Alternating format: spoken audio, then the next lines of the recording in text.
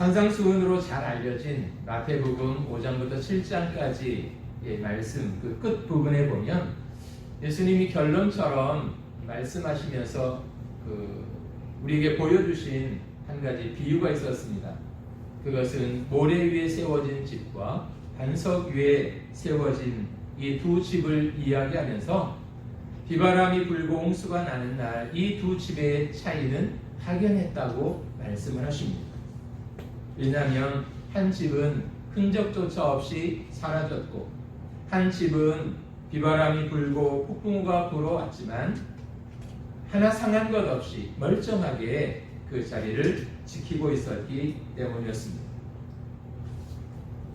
그러면서 예수님은 이 비유를 통해서 우리에게 그만큼 기초가 중요하다는 것을 다시 한번 강조하셨습니다. 왜냐하면 이 무너지지 않은 집, 그 집은 바로 든든한 기초 위에 세워진 집이었기 때문이었습니다. 사실 기초가 튼튼해야 된다, 이것은 누구나 다 아는 상식이죠. 그래서 큰 건물을 세울 때에도 기초공사에 많은 시간을 투자합니다. 운동선수들도 이 기초가 대단히 중요한 것을 알기 때문에 그 기초를 든든히 하는 일에 엄청난 많은 시간을 투자하고 있습니다. 뿐만 아니라 우리의 신앙생활도 마찬가지인 것 같습니다. 우리의 신앙생활의 기초가 든든해야 쉽게 요동하거나 흔들리지 않고 믿음에 든든히 서서 하나님과 함께 동행하는 삶을 살아갈 수 있기 때문에 그렇습니다. 이 시편 5편은 우리에게 이 신앙의 기초에 대해서 다시 한번 생각하도록 만들어주는 시편인 것 같습니다. 이 시편 5편 그 숫자 5 옆에 다윗의 시 이렇게 기록되어져 있죠. 이 시편 5편은 다윗이 기록한 시편이었다는 것입니다. 그리고 우리가 잘 아는 것처럼 다윗은 믿음의 사람이기도 했습니다.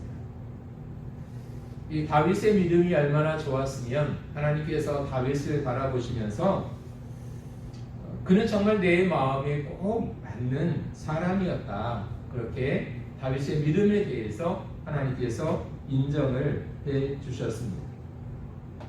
그렇다면 다윗이 어떻게 하나님께서 그 믿음에 대하여 인정해 주시는 사람이 될 수 있었는가 하는 것입니다. 아마도 이 시편 5편을 근거로 해서 보면 다윗은 하나님 앞에 기도하는 일에, 그리고 하나님 앞에 예배하는 일에 열심이었을 뿐만 아니라 이 신앙의 기초가 되는 예배와 이 기도에 누구보다도 그는 힘을 썼던 사람임을 우리는 보게 되는 것입니다. 이 시편 5편은 특별히 아침의 기도송으로 알려져 있습니다. 왜냐하면 3절에 보면 이렇게 되어 있죠. 여호와의 아침에 주께서 나의 소리를 들으시리니 아침에 내가 주께 기도하고 바라리이다, 이렇게 되어 있습니다. 아침에 내가 주님께 기도하고 내가 기도한 것들에 대하여 하나님이 응답 주실 것을 나는 기다리며 바라겠습니다, 그렇게 말하고 있죠. 그러니까 다윗이 기도할 때 그 시간이 언제였냐면 아침에 기도했다는 것입니다. 그런데 바로 앞에 시편 4편을 보면 이 시편 4편과 5편은 사실 이 형제처럼 붙어있는 것인데요. 이 4편은 저녁에 하는 기도였습니다. 그러니까 하루의 삶을 살고 그 하루의 삶을 마무리할 때 다윗은 하나님 앞에 기도하면서 하루를 마무리하고 하나님 앞에서 잠이 들었다는 것이죠. 그리고 시편 5편으로 넘어오면 이제 그가 자고 일어났습니다. 아침에 눈을 떴어요. 제일 먼저 한 것이 뭐냐면 하나님을 바라면서 하나님 앞에 기도하는 것이었습니다. 그러니까 다윗은 기도함으로 하루를 마무리하고 기도함으로 하루를 새롭게 시작하고 출발했던 사람이었다는 것입니다. 그런데 오늘 이 시편 4편과 5편을 좀 더 깊이 살펴보면 그렇게 기분 좋은 아침은 아니었던 것 같습니다.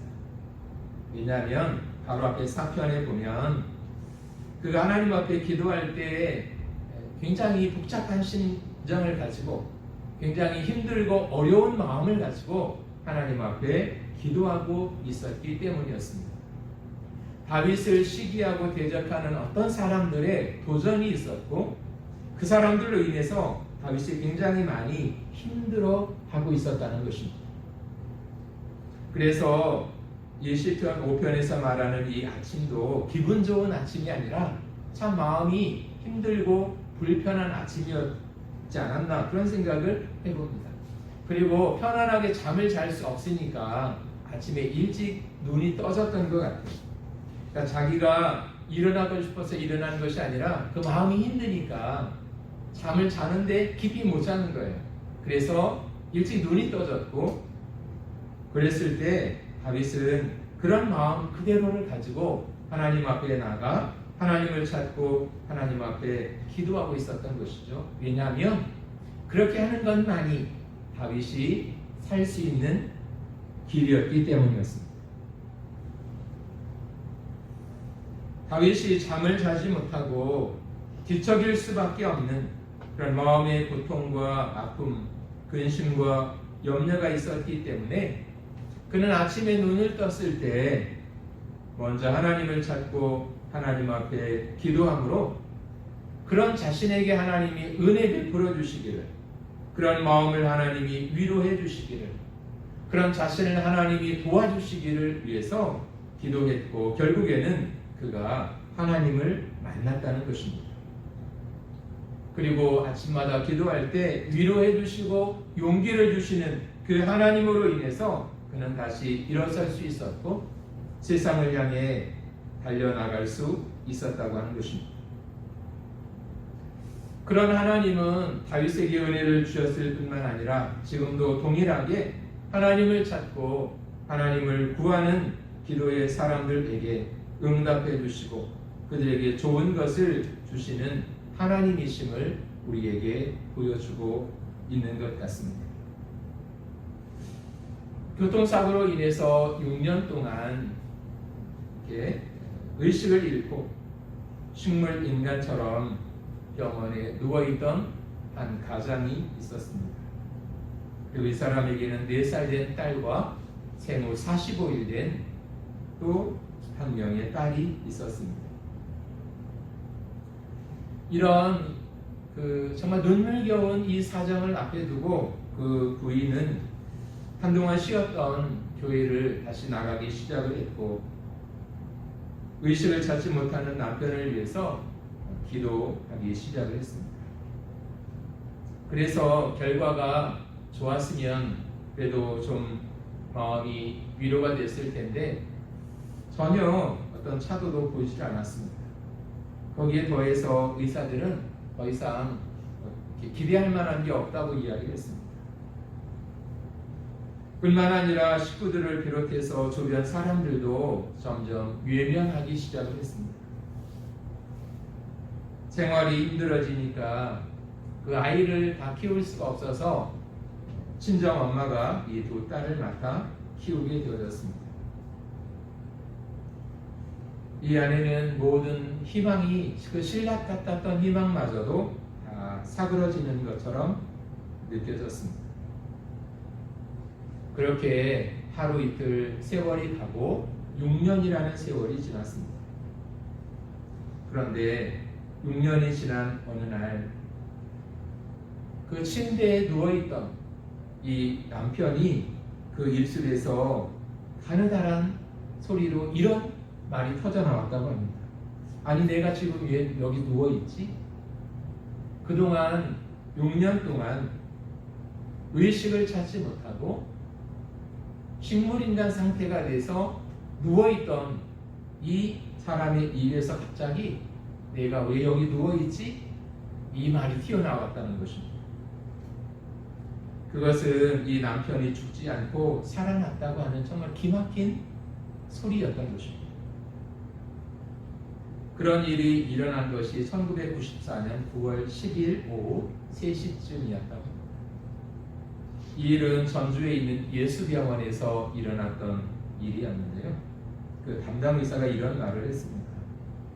식물인간 상태에서 간혹 소생하는 일은 있지만 이 사람처럼 6년이라고 하는 세월이 지난 후에 깨어난다고 하는 것은 이건 의학적으로 어떻게 설명할 수 없는 일입니다. 이것은 하나님의 기적이 아니면 어떻게 말할 수 없는 그런 일입니다.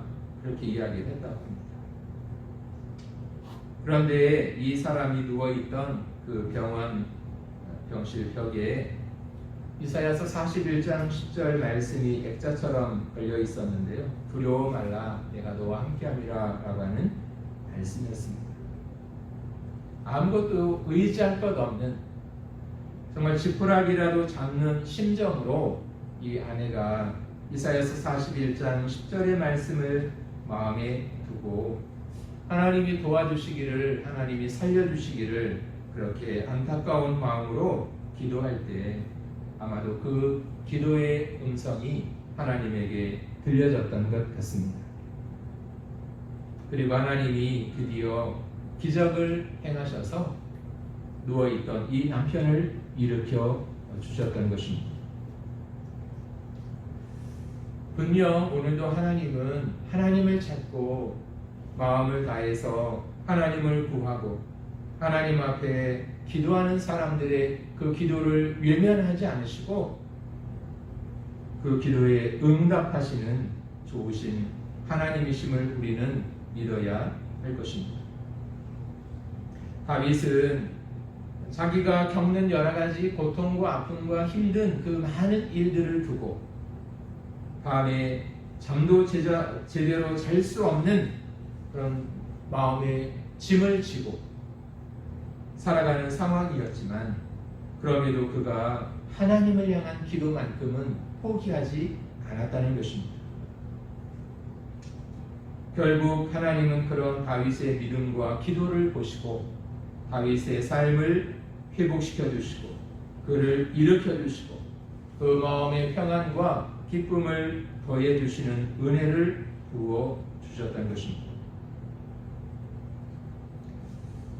신앙의 기초, 그것은 다른 것이 아니라 다윗에게는 바로 기도하는 기도의 삶이었던 것입니다.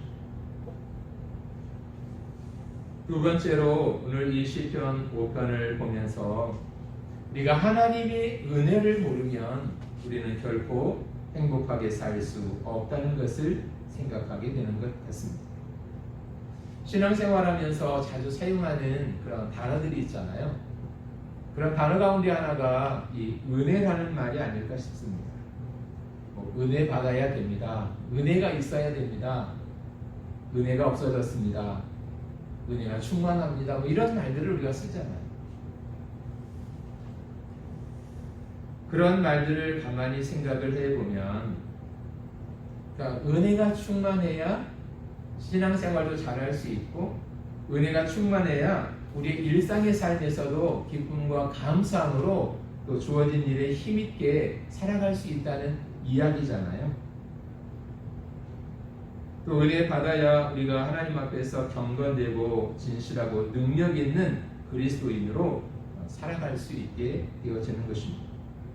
그런데 반대로 보면 우리의 삶에서 은혜가 메마르면 은혜가 사라지면 우리는 하나님의 사람답게 사는 것이 참 힘들어진다는 이야기일 것입니다. 그래서 신앙생활에서 하나님의 은혜를 깨닫고 하나님이 부어주시는 충만한 은혜를 받고 사는 것보다 더 중요한 것은 없겠다. 그런 생각을 해보게 되는 것입니다. 이렇게 중요한 은혜는 바로 기도하는 사람들에게 주어진다고 하는 것입니다. 왜냐하면 하나님은 구하는 영혼에게 만족을 주시고 기도하는 영혼에게 좋은 것을 주시고 기도하는 사람에게 성령을 부어주신다고 말씀하셨기 때문이었습니다. 우리가 세상을 살다 보면 기도하지 않아도 그냥 우연히 어떻게 이루어지는 일들이 있잖아요. 그런데 그럼에도 불구하고 왜 우리는 기도해야 할까요? 마태복음에 보면 우리 주님이 분명하게 말씀하셨습니다. 기도하는 사람이 하나님으로부터 더 좋은 것을 받게 될 것이라고 말씀하고 있습니다. 세상 살다가 우연히 한번 어떻게 되어지는 그런 일이 아니라 기도하는 사람에게 하나님은 좋은 것을 주시겠다고 약속하셨기 때문인 것입니다. 그래서 우리의 신앙의 삶에서 기도가 빠지면 그 순간부터 우리의 심령은 하나님의 은혜로부터 메말라가고 그 은혜로부터 멀어지게 되어진다는 것입니다. 우리의 마음에서 은혜가 메말라가면 어떻게 될까요? 우리 일상의 삶에 기쁨이 없어지겠죠? 감사하는 마음도 사라질 것입니다. 그리고 점점 우리의 삶은 무기력하게 될 것입니다. 신앙생활하는 것이 기쁨과 즐거움이 아니라 그때부터는 짐이 되기 시작할 것입니다. 아마 이런 것은 우리 마음에서 은혜가 사라졌다는 증거들일 것입니다.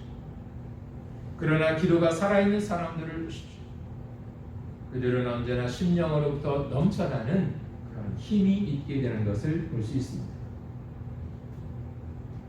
그 은혜의 힘으로 인해서 우리는 어떤 상황에 있든지 그것과 상관없이 천국의 삶을 여기서부터 누리며 사는 사람이 될 수 있게 될 것입니다. 이 시편 4편과 5편을 보면 그 속에 다윗을 대적하는 많은 사람들로 인해서 그가 외부적인 요인들로 인해서 다윗은 굉장히 힘들어하고 고통스러운 시간들을 보내고 있었던 것 같습니다. 자신이 그것을 해결해 보려고 하는데 이게 마음대로 뜻대로 안 되는 것입니다. 그래서 다윗은 많은 괴로움 가운데 있었는데요. 그럼에도 불구하고 그가 기도의 끈을 놓지 않고 기도할 때 하나님 주시는 그 은혜로 말미암아 마음의 평안을 얻고 기쁨이 회복되어지고 하나님 주시는 그 은혜의 힘으로 그것들을 견디며 이겨낼 수 있었다고 그는 고백하고 있는 것입니다. 결국 기도하는 사람들에게 하나님이 충만한 은혜를 부어 주신다는 것입니다. 뿐만 아니라 기도는 영적인 싸움인 것 같습니다. 그래서 우리의 신앙의 삶이라고 하는 것은 결국 기도의 싸움인지도 모르겠습니다. 기도가 살아있는 사람이 결국에는 승리하게 되고 그가 온전한 믿음의 삶을 살아갈 수 있게 되어질 것입니다. 다윗은 많은 인생의 위기들이 있었습니다. 그때마다 그가 보여준 한 가지 행동이 있었는데 그는 하나님 앞에 나가서 바짝 엎드려 기도했다는 사실입니다. 그것이 다윗이 승리하는 비결이었던 것 같습니다.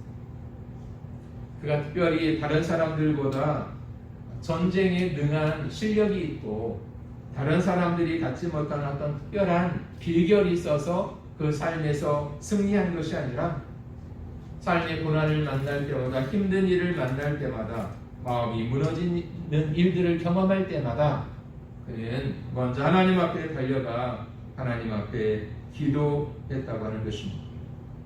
그럴 때 하나님은 다윗을 다시 일으켜 주셨고 다윗이 실패자로 사는 것이 아니라 승리의 사람으로 살아갈 수 있도록 그를 일으켜 주셨다고 하는 것입니다. 그런 의미에서 기도는 영적인 싸움인 것 같습니다. 이런 영적인 싸움에서 누가 승리하느냐 그것은 곧 깨어 기도하는 사람이라고 성경은 우리에게 분명하게 말씀하고 있습니다. 기도는 분명 하나님이 우리에게 주신 놀라운 선물이고 특권인 것 같습니다.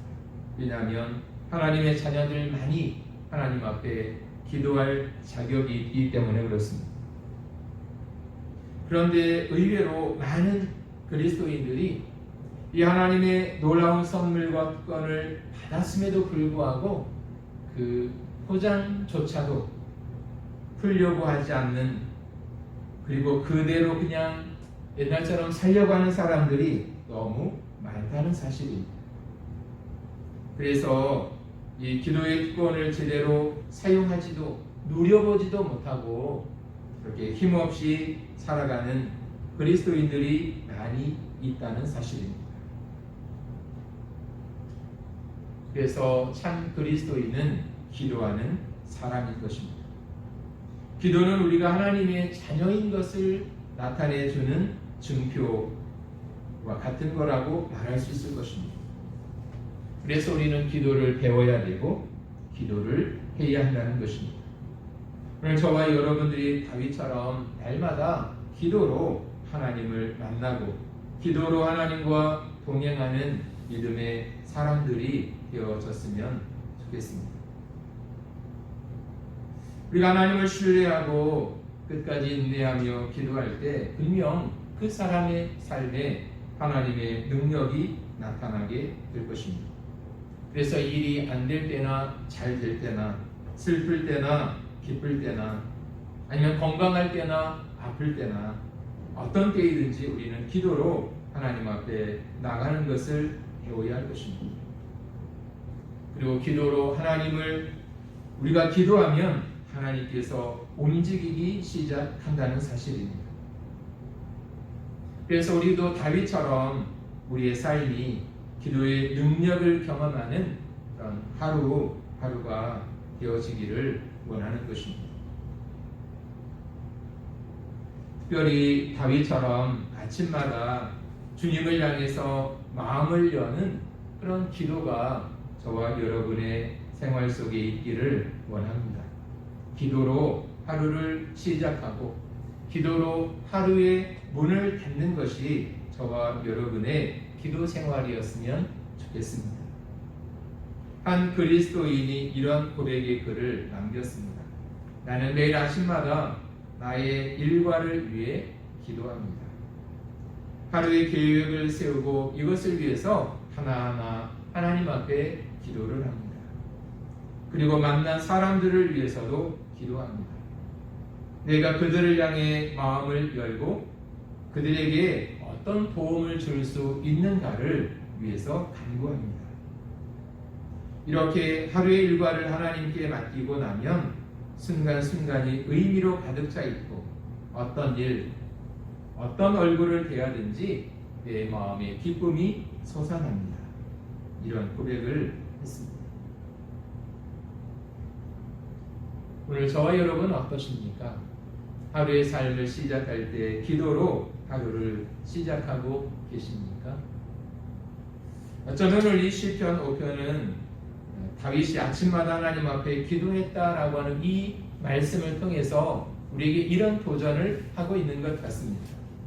당신은 하루를 시작할 때 기도로 하루를 시작하고 있습니까? 하루를 마무리할 때 당신은 기도로 하루를 마무리하십니까? 마지막으로 오늘 이 시편 4편과 5편을 보면 기도하는 사람들에게 주시는 하나님의 축복에 대해서 이야기를 하고 있습니다. 시편 4편 7절과 8절을 한번 보십시오. 주께서 내 마음에 두신 기쁨은 그들의 곡식과 새 포도주가 풍성할 때보다 더하니이다. 내가 평안히 눕고 자기도 하리니 나를 안전히 살게 하시는 이는 오직 여호와이시니이다. 여기 기쁨과 평안이라는 단어가 나오죠. 이것이 기도하는 사람들에게 주시는 놀라운 은혜였습니다. 그리고 시편 5편 8절을 한번 보십시오.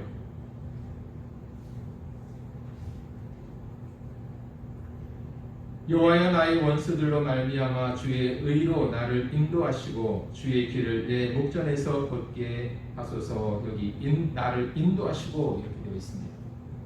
하나님께서 그가 가는 삶의 걸음을 인도해 주신다. 기도하는 사람들의 걸음을 인도해 주신다는 것입니다. 그리고 5장 11절에 보면 그러나 주께 피하는 사람은 다 기뻐하며 주의 보호로 말미암아 영원히 기뻐 외치고 주의 이름을 사랑하는 자들은 주를 즐거워하리이다. 여기 주의 보호라는 말이 나오죠. 하나님께서 기도하는 사람들을 보호해 주신다는 것입니다. 마지막으로 12절에 보면 여호와여 주는 의인에게 복을 주시고 방패로 함같이 은혜로 그를 호위하시리이다. 여기 복을 주시고 라고 되어 있습니다. 기도하는 사람들에게 하나님이 복을 주신다는 것이죠. 그러니까 기도하는 사람들에게 마음의 기쁨과 평안을 주시고 그들의 삶의 걸음을 인도하시며 보호해 주시고 하나님께서 그 영혼과 삶에 축복해 주신다고 말씀하십니다. 그렇다면 우리는 마땅히 하나님 앞에 기도해야 되겠죠. 왜냐하면 하나님이 기도하는 사람에게 이런 놀라운 약속을 하고 계시기 때문에 그렇습니다. 오늘 저와 여러분들이 신앙생활하면서 특별히 기도함으로 말미암아 하나님 주시는 이런 놀라운 은혜, 기도하는 사람들에게 주시는 이런 복을 누리며 매일매일 하나님을 경험하는 그런 삶이 되어졌으면 좋겠습니다. 기도하겠습니다. 참 좋으신 아버지 하나님 감사합니다. 하나님이 우리의 영혼을 흔들어 깨워주시고 날마다 기도함으로 하루를 시작하는 기도의 사람들 되도록 도와주시고 하나님께서 우리의 심령에 기도의 영을 부어주셔서 기도 가운데 늘 깨어있게 하여 주시옵소서. 예수님의 이름으로 기도합니다. 아멘.